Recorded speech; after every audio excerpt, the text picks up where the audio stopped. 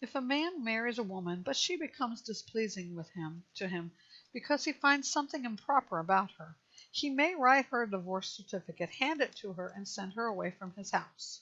If after leaving his house she goes and becomes another man's wife, and the second man hates her, writes her a divorce certificate, hands it to her, and sends her away from his house, or if he dies, the first husband who sent her away may not marry her again after she has been defiled, because that would be detestable to the Lord. You must not bring guilt on the land the Lord your God is giving you as an inheritance. When a man takes a bride, he must not go out with the army or be liable for any duty. He is free to stay at home for 1 year, so that he can bring joy to the wife he has married. Do not take a pair of millstones or an upper millstone as security for a debt, because that is like taking a life as security. If a man is discovered kidnapping one of his Israelite brothers, whether he treats him as a slave or sells him, the kidnapper must die.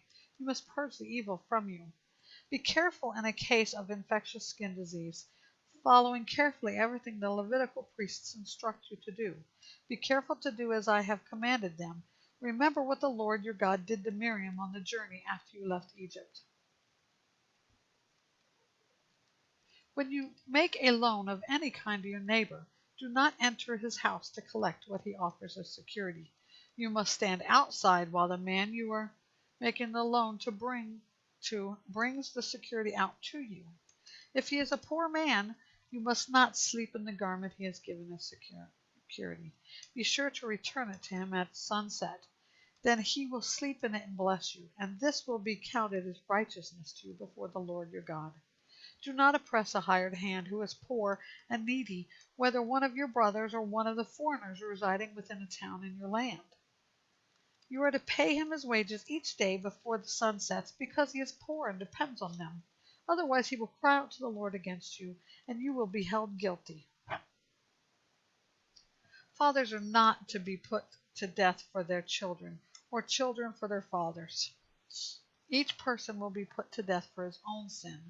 Do not deny justice to a foreigner or fatherless child. And do not take a widow's garment as security. Remember that you were a slave in Egypt, and the Lord your God redeemed you from there. Therefore I am commanding you to do this. When you reap the harvest in your field, and you forget a sheaf in the field, do not go back to get it. It is to be left for the foreigner, the fatherless, and the widow, so that the Lord your God may bless you in all the work of your hands. When you knock down the fruit from your olive tree, you must not go over the branches again.